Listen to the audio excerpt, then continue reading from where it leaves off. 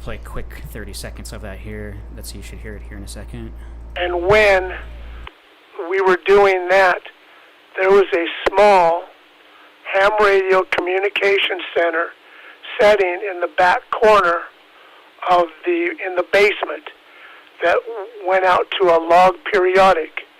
And one of the guys that run the computer floor was a ham radio operator. His name was Paul Quick. I can't remember his call sign, but we got to talking, and I was an amateur, and I went back there and I helped him disassemble the amateur radio station that they had back there, and it was a 1500-watt station. And yes, he lit that up before we took it down, and we talked to a operator at the federal station here in Colorado, right out there on one of those log periodics. So when you see those, they are in use, and I think also that they use them to contact the planes in emergency situations. But I'm not I'm not sure on that. But yes, they do use them. In fact, I have talked on the log periodic out there at the Palmdale airport out there for the Federal Communications Center out there and the aviation traffic control area. All right, that was KF0FPI Ron on that one. So, yeah, pretty cool stuff there.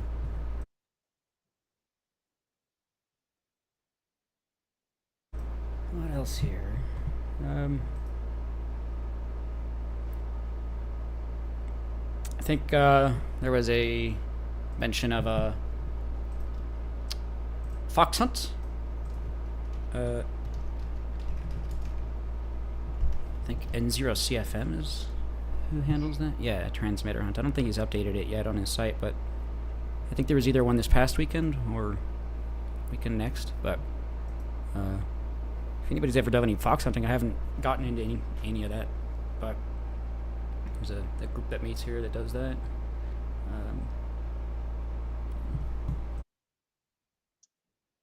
Do you have a group of people chasing weather balloons? Weather balloons? We first launched one balloon using Whisper, and it's been one time. I'm trying to think of the website. I'm trying to Trakita. That's what it was. So that's not what I'm talking about. So no. NOAA, they yes. launch balloons twice a day or something like that, and yes. There's a lot of people here that are chasing those things. Yeah. So that you remember, when you talk about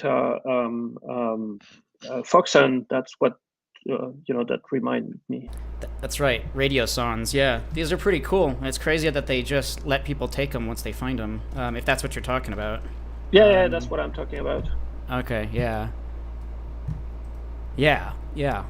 Some pretty cool equipment on it. I'm guessing you could reuse. I have looked into that. Yeah, people they kind of replace the firmware inside and they reuse them. Oh, okay, that's right. It said. Oh, I think it said you don't have to take it back, but they would like it back. I think is what they said. That's right. Very cool. Yeah, we have not tracked any of these, but there are plenty out here. But we have not done that.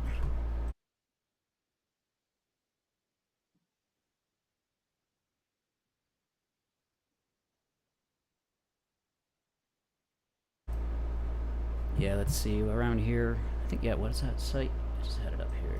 Is it this one? No. SoundHub. There's a link with info about that facility at the Federal Center. Oh, awesome. Let me bring that back up here then.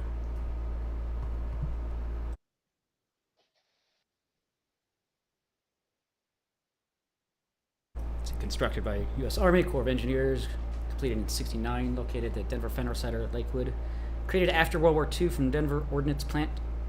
2,000-acre installation devoted solely to the production of ammunition. My mother and grandmother both worked at the ordnance plant. Really? Oh, okay. I didn't know that. Wow. During World War II, yeah. Reinforced concrete. Framed with metal studs. Let's see. high degree of integrity and now serves as the FEMA Regions 8 Operations Center. Okay, very cool.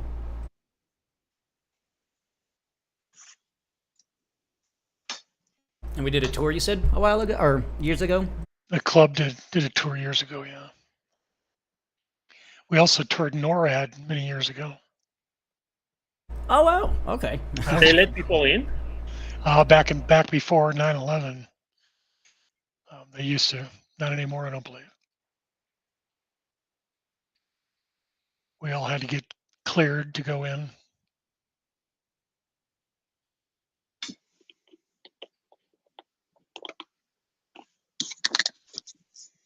Let's see, I was trying to look up maybe a roundtable that mentions something. We used to have a club station in the basement of the Denver Mile High Red Cross. It was a really cool station years ago. Yeah. Finding some more bits and pieces of some club information here.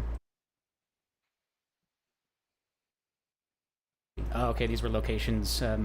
Radio product sales, Denver Federal Center. Okay. Yeah. Yes, we definitely need to get a club historian back involved with us, or we need to definitely scan all of the rest of our documents and get that straightened out. I don't know if we've gotten back to that effort or not. You can do that in retirement, Daron. Yeah. Yeah. I got a giant box here of stuff I've got to scan. Every once in a while, I'll reach in there and grab a file out and go through it. It's slowly working away at it. Cool. Let's see what else I have here. Yes, 6:20. I was hoping more people would join us by now, but nothing yet. Yeah, school started this week and Yeah. for Denver. So I don't know. That may be where people are at. I don't know. Yeah.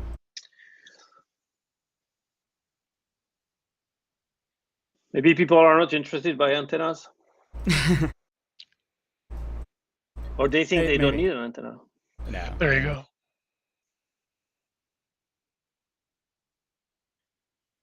Okay, I am streaming. Okay, yeah, I forgot. I was streaming. This is a streaming on YouTube. If anybody is interested, I don't see anybody on there just yet. Well, more Jeff Com news, I guess. We'll talk about a quick 60-second video here. I'm sure you might be aware of this. Jefferson County's Communications Center getting some new high tech aimed at improving emergency first responders. JeffCom 911 now using a new call handling platform called Carbon Apex. The new system will enhance security and reduce response times. Some of the features include AI technology to mitigate calls coming in about major incidents that could overwhelm staff and coordination. Real-time video can be provided by callers from their phone in certain situations too. And more, the executive director of JeffCom 911, Jeff Streeter, says the decision to change came from opportunity within advancing technology. Looking at various platforms with different vendors, we found that the platform provided through us through Carbine as our solution leads to quicker responses, answering capabilities. The executive director of JeffCom 911 adds they want to provide a better service to both the community and first responders, and these changes will help reinforce their commitment to using the newest technology available to save lives. Any involvement on that on your end there on that, Jeff? Lots of money. Gotcha. That's what it sounds like. Yeah. Yeah, we're helping with the funding of it. So Fred, Okay. I work for Jefferson County Emergency Communications Authority. We're a regional 911 funding authority, and JeffCom is one of our 3 ECCs, Emergency Communication Centers, that we support. So I work quite closely. So what area are those 911 covering? So this one that you're seeing here is JeffCom 911. It's all of Jefferson County, and now just one county? Yeah, and now Clear Creek County also. They just recently started providing services. And then another of our ECCs is the city and county of Broomfield, which is to the north of Jefferson County, and then the city and county of Westminster, which is kind of to the north and east. How many people do you have in that 911 call center?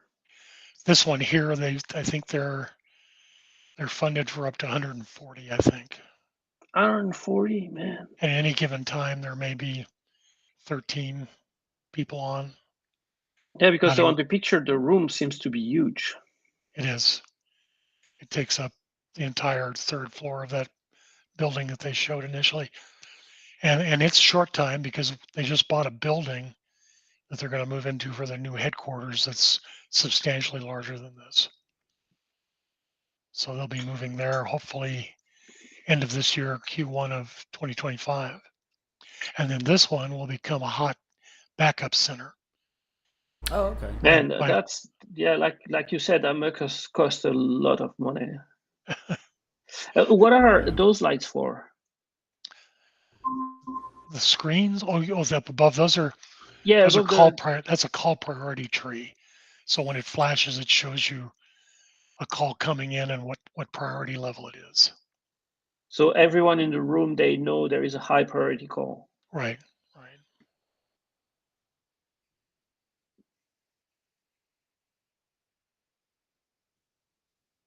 Yeah, I Yeah, figured that we must could be bring that. impressive. Yeah. And there's all kinds of screens for situational awareness, and it's pretty impressive. Looks What do you like guys? I used to work for Motorola in their software. Is it computer aided dispatch? That's what it was. Yeah. They did have CAD early on. Yeah, it sucked. Okay, gotcha. Our first Yeah. system when I was with the sheriff's office was Motorola. I think it was called Print Track or something. But it was pretty rudimentary compared to what we have today. You know, I mean, it was, and when they would install those systems, they'd get wholly underutilized because they didn't have a IT staff. It didn't get set up with all the functionality, and it was just like one step above paper. Oh, jeez. Okay. But it's pretty sophisticated now. Very cool. Yeah, I would imagine so. And Fred, I was a 20-year reserve deputy for Jefferson County, and my wife and I owned and operated a business for 18 years. And when we sold, it was in 1998. I was kind of out. Well, I had a year earn out for the company, and then I was out on my own, thinking about going back to school and getting a criminal justice, or not a. I already had a criminal justice degree, but I was going to go back and get a master's, perhaps in computer science. And then Columbine happened, and I went in as a reserve deputy just to volunteer some time helping out in dispatch because they'd lost some people, and they hired me in about 3 days, and I was going to stick around maybe 6 months, and lo and behold, years later, I was managing the communications unit. Mm. And then in 2018, well, actually, we started 5 years before that, talking about consolidating 10 public safety answering points into a centralized center. And as a result of that work, we ended up with JeffCom and these two other ECCs. But with JeffCom, we consolidated seven primaries and two secondaries. So a primary PSAP has to be a law enforcement agency that answers 911, and we had two secondaries, which are Evergreen Fire and West Metro Fire. And the inherent problem was that, you know, if you were in Lakewood, in the city of Lakewood, and you went down with a medical emergency and someone called 911, initially a dispatcher at the police agency, Lakewood Police, would screen your call, get all the information, put it in CAD, and then you'd be transferred to West Metro Fire, where they again would screen you and get all the information, and then they'd roll equipment. So you could be down for, you know, what seemed like forever before help got to you. Once we consolidated, that no longer happened. The person that answered your call held your hand until someone arrived, and it really cut down response times, especially for medical emergencies. Yeah, I bet. So what is your, so here I know there is, when there is fires, when there is something like that, usually the 911 dispatch center, they get saturated and they don't, they kind of crash, or they don't answer calls anymore because there's not enough line or not enough people. Do you have those kind of issues? Generally, it doesn't happen. It doesn't happen in JeffCom at all. because of the way it's structured. But Jeffcom also backs up Denver. So either way, if they do get overloaded, those calls can roll either way to Denver or to Jeffcom. And the same with our other smaller agencies, Broomfield and Westminster. So it would be very rare to get a time when your call wasn't answered or nearly immediately. Hmm. They also use a lot of AI technology to screen off non-emergency calls. So they have bots that can answer and do things to take the load off of the dispatch center, for non-emergency calls, which helps a lot. They do the Yeah, same thing cool. with alarm calls that come in are automatically picked up and forwarded to the alarm agency. Yeah, I think one of the problem is people, they're calling 911 for non-emergency situation. And we I used to know. fight. We used to fight that. It used to drive me nuts because when I managed the sheriff's office center, the dispatchers would harangue people that did that. They'd harangue them and tell them they need to look in the front of their phone book for the non-emergency number, blah blah blah. And it took more time to do that than to just take their call, Oh, and put it in and take care of it and just explain to them next time, do non-emergency. And now we have a lot of online resources now. We can report things online that it's quite expedient now.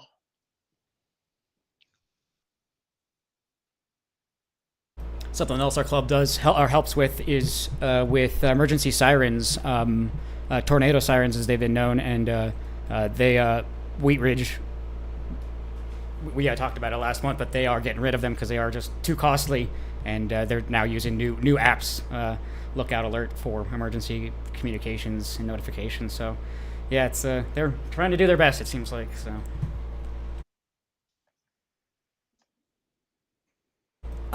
Welcome to Jonathan and I think Ed. Thank you guys for joining here. I didn't see you all join. Hello. It's been a pretty quiet evening. If you guys have anything so far, let us know.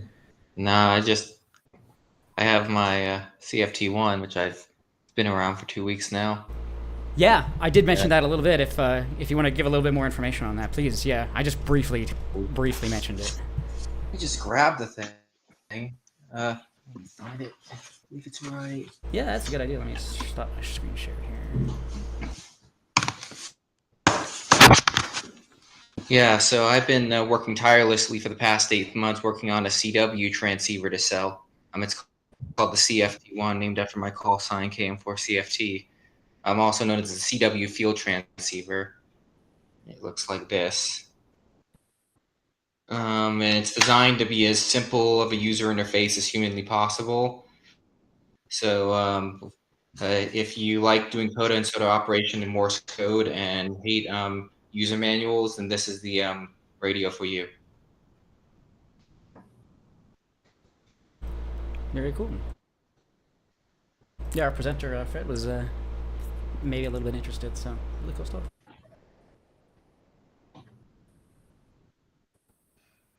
Very cool. Thank you, Jonathan. And you mentioned this was your first kit, right? This is my first transceiver that I've designed. Oh, okay. Not yeah, my you mentioned first something kit. else before. That's right. Yeah. Okay. My first kit I ever sold was the NFET half-wave kits. That's right. Any lessons learned so far from this one? Not really. So not yet. The main thing is just people complaining about price. Yeah. Which I'm pretty sure people would have complained about the price even if I offered for $0. Right. Anything short of free, yeah. yeah. What? Yeah, they'd say, "Why should I have to pay for shipping?" Yeah. Like that. No, it's So- the fact that there's a screen and a volume button and a knob, so it must be a QMX clone, and it's like, no, it's completely different from a QMX.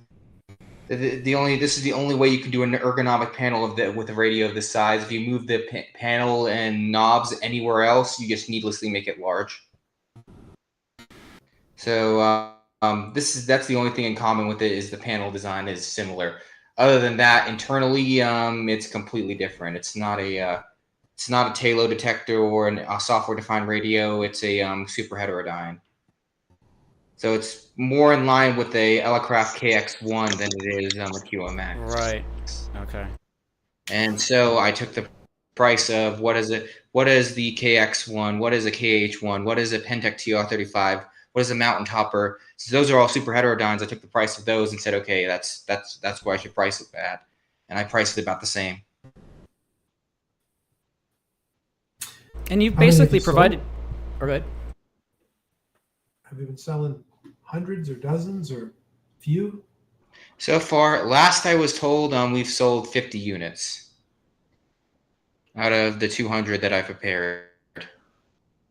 So what do you mean last you was told? Does that mean you have a company where we're packaging everything and sending that for you? Yeah, I have Radio Dan from Ham Gadgets. He's handling my sales. Okay. I take all my kits and I give them to him, and he handles the merchant end of things and all the shipping fulfillment since I have a day job and all I can do is prepare the kits, and that's his business, is literally just selling ham radio gear and ham radio kits. So I let him handle it, and he gets some of the money from it. And also, he knows a lot more about CW than I do. He's been doing CW since the 70s, I think, and I learned CW less than almost 2 years ago. How's your speed? Right now, I'm at about 20 words a minute. That's cool. Yeah, but I can only really do contest CW style. I can't do rag chewing yet, but I just joined the Long Island CW club, so hopefully that'll help me learn how to rag chew on CW. I think there's a Denver CW group as well. I'm not sure if to check them out or not.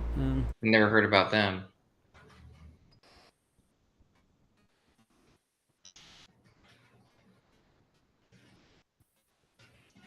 Let's see if I can find it. But cool. Congratulations. That's awesome stuff. Very cool. Yeah, it looks pretty cool. Yeah, and I'll be having kits up for sale during the all my kits will be up for sale during the Hamfest this weekend. Awesome. Oh, okay. Oh, it's the Colorado QRP Club. That's what it is. But they may dabble, I'm guessing. I'll have to look into them. Yeah. Awesome. Well, it's 6:40. Just a few of us still here so far. If anybody has anything, let us know. But we kind of just briefly went through our last Elmer session, our learning net, briefly about GMRS and antennas, and just a little bit more. But if anybody has anything, let us know.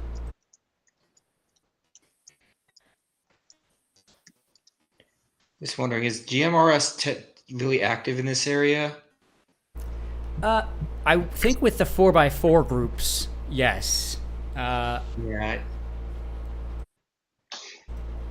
Probably less. I don't know. I mean, can we legally with ham? I have to just look it up. I mean, if we have a ham radio license, do we need to get a GMRS license? I think so. Yeah. Yes, you do. Okay. I have both. I have one, but I never used it. To get one.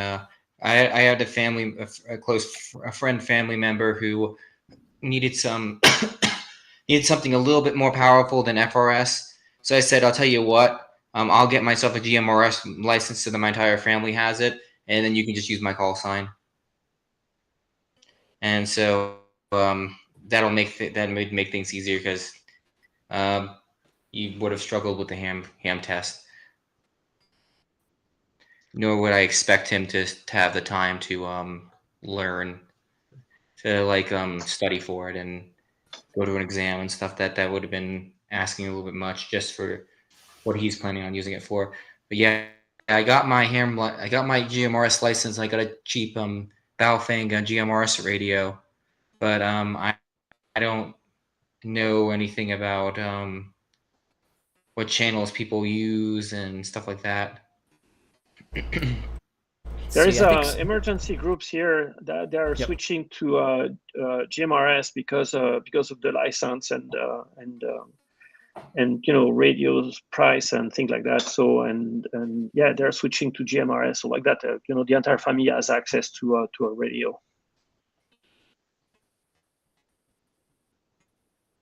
Yeah, another resource mentioned here was front range GMRS. It looks like maybe not necessarily 4x4 related, but looks like they have 2,500 active users, 12 repeaters, and 1,000+ square miles of coverage. So. Are they linked?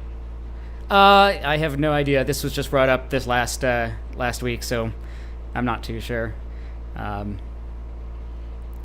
yeah, that was something else was mentioned, was interlinking repeaters. FCC is cracking down on that. So Yeah. if they are, they're going to have to stop doing that. Yeah. So very cool. Yeah, and the radio I got already has repeaters channel run into it, so I'm guessing it's just certain channels. I'm just not sure how that works with like repeaters as opposed to the standard simplex channels. I think they number them like CB channels. I think one Yeah. of the I think there's like 30 different channels and like 22 of them, or yeah. I don't Yeah. know. I just took my GMRS radio. It looked like it was already programmed with everything from the factory. Yeah. They probably suffer for the same thing we do with our repeaters. It's probably lack of usage on certain things, and you'll have to kind of skip around and see what's active. So, but yeah, as you mentioned, yeah, the family option for one license, and that was someone mentioned as well, having their significant other being able to use a radio without having an actual ham radio license. So that seems like a pretty good incentive for that. So yeah, no license no test. I mean, and it's pretty much the same as renewing your ham radio license. The difference is you just apply for it and then pay them $35, and then a day later you get your call sign. Yeah. And it's more confusing than a ham radio license. I think Gotcha. mine's like WSE. Mine's like WSEF 688 or something. Oh yeah, the sign itself. Yeah. And there is no validity call signs. Oh no. Okay. Well, that would make sense. Yeah. I think I tried to do this the other day, and the ULS just happened to be down at that exact moment. But when isn't the ULS is insanely slow. Yeah. If I didn't know that if I didn't have such a low expectation of government sites, I'd think that something was that the internet had a problem. Yeah.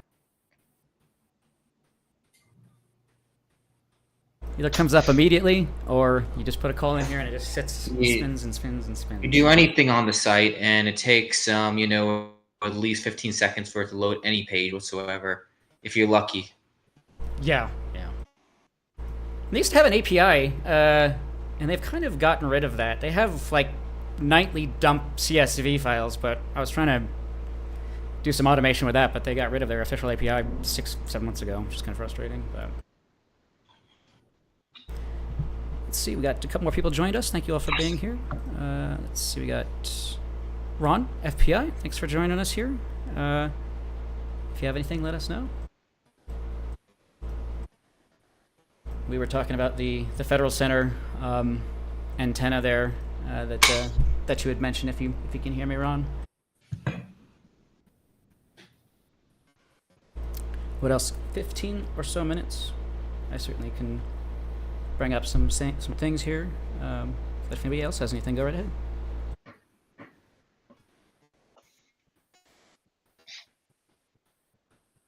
Let's see.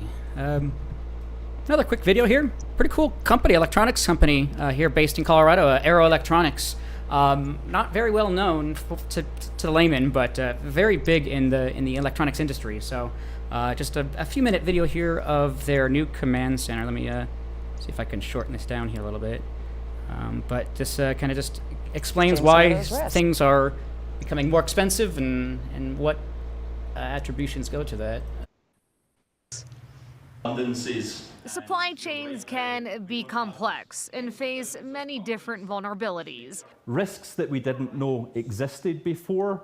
Ross Valentine with Aero Electronics said geopolitics and natural disasters can also impact the supply chain. So many different disruptions happening around the world. Another example, the China tariffs introduced back in 2018 that are still in place today. These are things which ultimately impact the products that you and I purchase. So whether that's driving a car or using a cell phone, there are so many electronics we use on a daily basis that could be impacted. So anytime there's a disruption that may impact that part of the world, it has a shockwave and ripple effect. So combining AI and human intelligence, Aero Electronics will use high-tech systems to provide real-time monitoring of the world's supply chain right here in Colorado. And really pinpoint specifically which suppliers, in which customers, in which regions may be impacted. It might look like a bunch of digital maps from around the world, but really, we really provide x-rays of supply chains in this room. President and CEO of the company, Sean Cairns, said it's important to see the bigger picture worldwide. Think of it as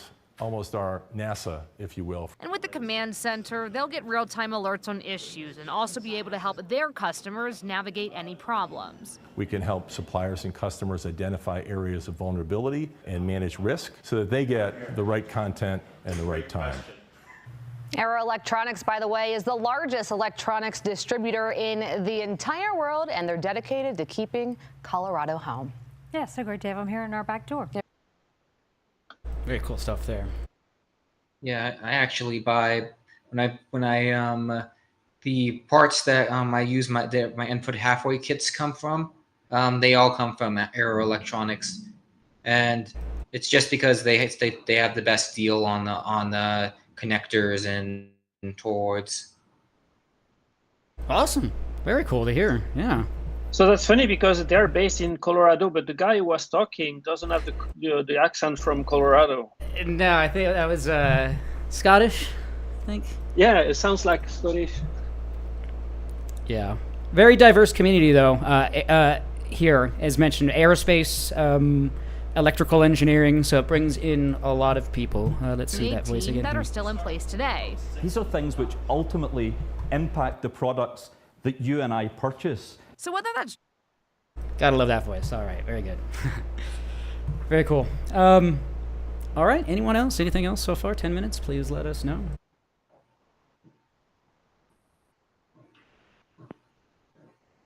Let's see, I think we had someone else join us here. Good evening to everyone. We have our speaker on here, Fred, in about 10 minutes. So we'll be giving a presentation on HF antennas for beginners. So be on the lookout for that. We are streaming this session and the meeting on youtube.com/Denver Radio Club. So if you've missed it, you can always catch it up after the fact.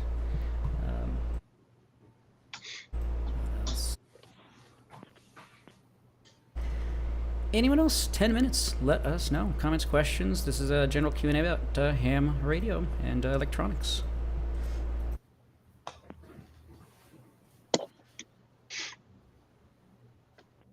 Otherwise, I can certainly maybe find something to play and play us out here, but let's see here.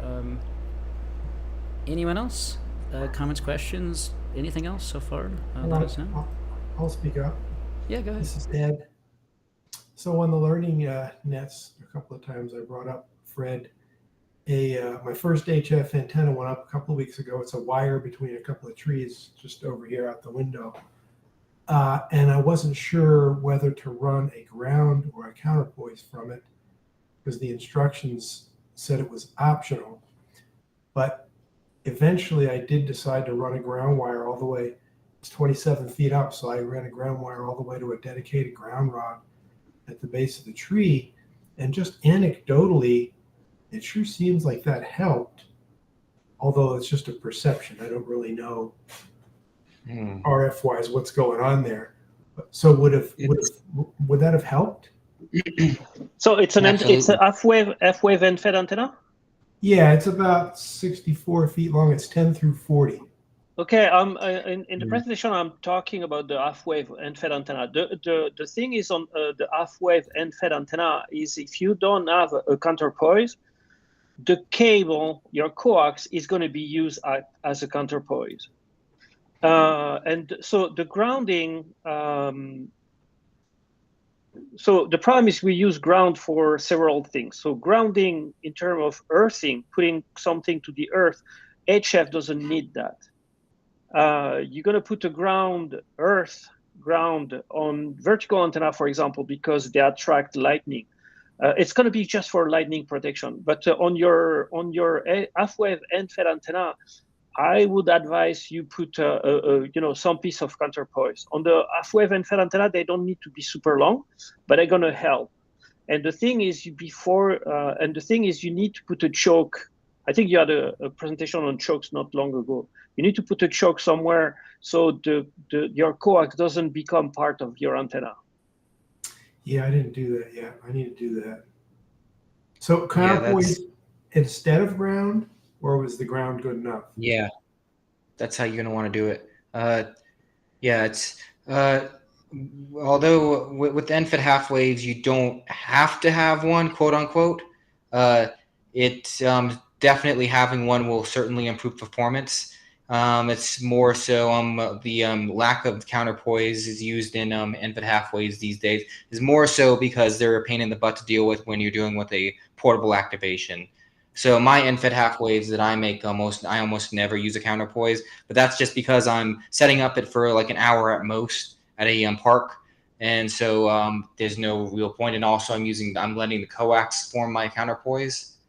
And there's just not enough RF to cause a problem. But if I was setting one up at a permanent, like a semi-permanent installation, I would always use a counterpoise and then use a common mode choke to prevent the RF getting into my shack.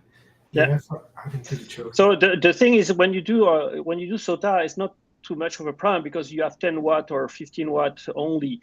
And you are the counterpoise. Your cable, the radio, yourself are becoming the counterpoise. If you are transmitting with a kilowatt inside your house on an end-fed and you don't have all that, you're going to get RF burn pretty badly because you are going to become the counterpoise. So a counterpoise is where you can't have a ground, like way up on a building or something where you can't reach ground. Is that what? No, it's nothing to do with the. You can have a counterpoise that way. It's just it's just that when you look at the when you look at your unun, that your matching unun, there is that you have two ends going into the into that matching unit. You have the center point and you have the ground, which is the shielding of the coax, and it's just a wire of a certain length that is connected to that ground shield. When you're not using counterpoise, it just means there's no wire attached to it. Right. It was just there was nothing on it until I went and I ran a wire. I drove a dedicated ground rod, hooked it all up because I don't think you actually need to have it like physically connected to the ground like through a rod. Just literally having a wire that goes down to the ground and just runs across the ground. That's enough for it. That's sufficient enough. But now that I already have it. It doesn't have to be long. Do I need it? Now that you have a ground rod, and so that's going to be good for lightning. That's the only reason you put a rod in the ground. But the problem is you need to have all your ground bounded together. So if you have a ground in your house, you need to bound everything. Otherwise, you're going to end up having more problems. If there is a lightning strike, it has nothing to do with RF. It's just for lightning. So now what my question is, should I unhook it all and put a counterpoise on, or should I just leave it be? It's attached to ground. I just do the counterpoise. Instead of using that ground rod, just have a wire that goes from your matching unit, just have it go down to the ground and just run across the ground somewhere, maybe bury it a little bit so that you don't like hit it with like gardening tools or something. Yeah, it was a whole procedure to put it where I wasn't going to hit it, but I got it where it's not going to hit it. Yeah, if you see you've seen any of the Elecraft KH1, and the manuals for the Elecraft radios explain the importance of counterpoises. It's even more important with those ones because they're compromised antennas, but it's literally whenever I have my KH1 out, I just unspool it, just toss it off to the side, and it just runs across the ground. And as long as it's close enough to the ground, it'll couple and then act as if it was earthed, so to speak. But it won't provide any lightning protection. So it makes electrical sense that I did get an improvement, I guess. Yeah. here seeing a improvement in the signal strength, or just a couple S units of difference would absolutely make sense if you had a counterpoise. Okay. It's my first go at it, so we'll see. Maybe I'll redo it at some point. But it sure works better than when I didn't have one. So when did you get your license? You said that's your first antenna, so I guess you got your license not long ago. I got it over the pandemic. That's my first HF antenna. There was a whole story to my shack, which I won't go into, but it's been a progression. And a couple weeks ago, I got the first HF antenna up. Okay, congratulations then. Welcome on HF. Fun. You're gonna enjoy it a lot. You get this. I feel like it's a lot more satisfying than VHF, UHF because you're getting a lot. Because now you're going from your local area. Now you're talking around the world. Right. I mean, I've heard Malta. I've heard Southern Argentina. I've heard Europe, and I'm getting more contacts out there further. I think I got somebody in Canada, so I do have international contact now. So when you said you heard those stations, it was a SSB or it was on FT8? Oh no, it was USB or whatever 20 meter is. Single sideband. Yeah, I mean, it was such a pile up. Those people far away couldn't hear me on 100 watts, but you never know. If I get the right conditions, they might.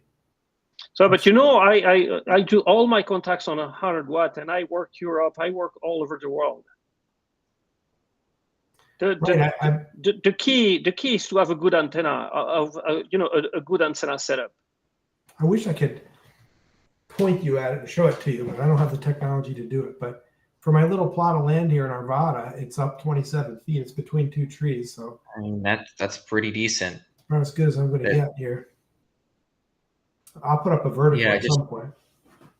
Just remember, as far as I know, the thing is just knowing about the radiation pattern might help you figure that out. But honestly, if you really want to know how your antenna behaves, one great way of doing it would be just use Whisper and just let it run for a couple hours, and you'll see how the propagation of your antenna behaves. All right, I have to go look up that. That's a good idea. Well, if you know how to run FT8, it's on the same software. Yeah, Whisper is weak signal propagation reporting, and it's one of the modes that Joe Taylor came up with. I've done it on field day, but that's about it. Yeah, it's built into WSJTX. It's one of the modes in the option up there. WSJTX isn't just for FT8; it's for like JT65, JT9, Whisper, all the FT modes that came out many years ago. Yeah. And all that fun stuff. It can be a little complex to set it up, but once you get it set up, modes are pretty straightforward. Yeah, and it takes time for Whisper because Whisper is like a low duty cycle, is like a super long amount of time. But but using it to check your antenna and stuff like that, that's literally what it was designed for. So it was designed for he designed it to study, so you could study propagation. So you could use it to see how where you're being picked, where your station's going, where you're being picked up, and you could also do it over time and see how the propagation changes over time. But also don't transmit with 100 watt. Transmit with very, very low power, like 500 milliwatt or even less. Right. Yeah, this is a QRP mode. Yeah, because otherwise, if you transmit with 100 watt, you're going to be picked up everywhere, but they won't tell you much. So if you transmit with a very low power, then you will see really how your antenna is working. Yeah, start low, power output. Yeah. I've got homework already. You didn't even start presenting yet. Yeah. So I can go now then. I'll have even more homework when you're done. I'll have more notes. No, that's great. That'll help me as I learn how this thing works. Very cool. We have just about a minute left if anybody has anything. Otherwise, we'll go into some club business and then start the meeting here in just a minute or two. Again, just to, I guess, recap what we talked about here so far. GMRS usage, licensing. Let's see. Talked about some 911, Jeffco 911, updated technology, and let's see, what else? The antenna, what is it called? Log periodic antenna at the Denver Federal Center and its usage. Briefly talked about CAM4CFT, his new product, CFT1. It's awesome to see that. If anybody's interested in a QRP kit, check it out. Yeah, it's been pretty casual. If anybody has anything last minute, let us know.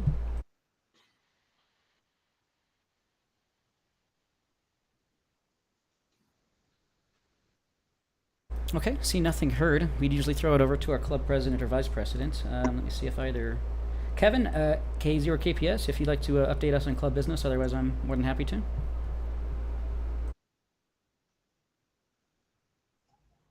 Well, I've been out of town and just got back, so I have no idea other than we have the Hamfest this weekend, and we'd like to see everybody there. Come on out, make face-to-face QSOs, and certainly buy some